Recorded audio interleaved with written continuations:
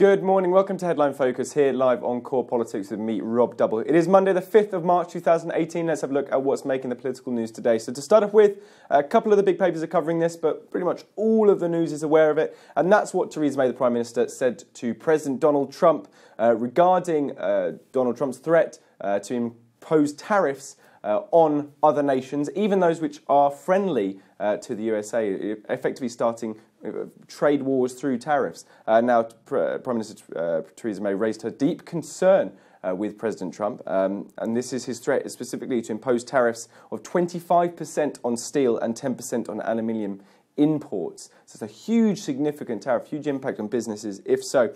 Now, obviously, that doesn't bode well for Britain in terms of being the front of the queue in terms of a UK-US trade deal, particularly because Peter Naravo, who's Trump's trade advisor, said yesterday that there'll be no special exceptions for friendly countries like the UK in regards to the US implementing tariffs on aluminium and steel in order to protect its own domestic industries. Now, it also follows reports today that the US is lobbying for the UK to drop food name protections to sell things like Cornish pasties as products in the UK, even if they're not effectively from the UK or indeed Cornwall.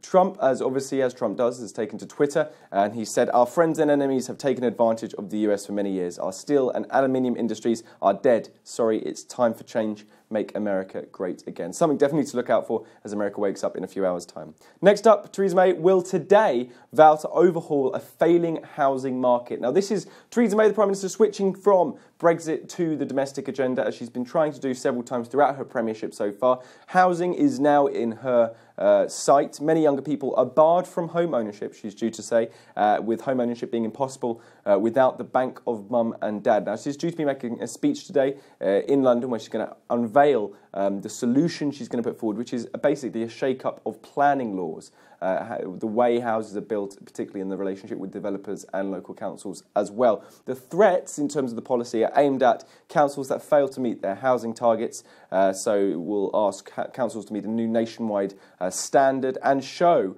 how many houses they need to plan for in order to meet their targets for their area, and also developers. And there's a key thing Theresa May is going to outline is that developers are buying land and then holding it until the land value increases, and then they build on the land. And so effectively what you get is developers buying land and it not being built on for many years until the time is right or the price is at its optimum. Now, developers could lose the planning permission or in future lose planning permission if they're seen to be doing that as part of their practice. That's one of the big policies coming through. Not all people are convinced, though. Local Government Association chief, who is a Conservative, Gary Porter, has said the answer is not another planning law shake-up, but to let councils build homes themselves.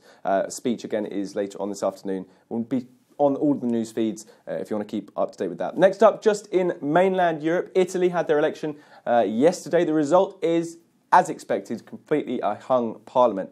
Now, no party or coalition is likely to win the 40% needed in the election of the vote required to form a governing majority. Now, the early projections indicate that the Five Star Movement is on course to win the most votes, about 30 to 32%. That's, of course, the anti-establishment party in Italy. Now, they previously sworn not to enter a coalition with any other party. Now, what does that mean? Therefore, they're not going to, if they're on 32%, say, not going to be able to get to that governing majority threshold unless they go into coalition with someone. If they say they're not going to, therefore, they're not going to get a coalition majority to be able to form a government. A coalition led by former Prime Minister Silvio Berlusconi's Forza Italia and the right-wing League, formerly the Northern League, is heading for 37%. So again, not being able to reach that 40% threshold. So no one really knows what the outcome of that election is going to be. We'll find out, obviously, in the next few days. That's pretty much for it today. You're up to date. Don't forget you can find all the latest on what we're doing here on Core Politics on our Facebook page and Twitter feed here. Don't forget to check out all our Inside Europe from last week. Really interesting stuff coming through regarding Brexit and the draft withdrawal agreement as well. That's live now, so have a look at that. But from me and all the team here at Core London, see you here around 9 o'clock tomorrow morning.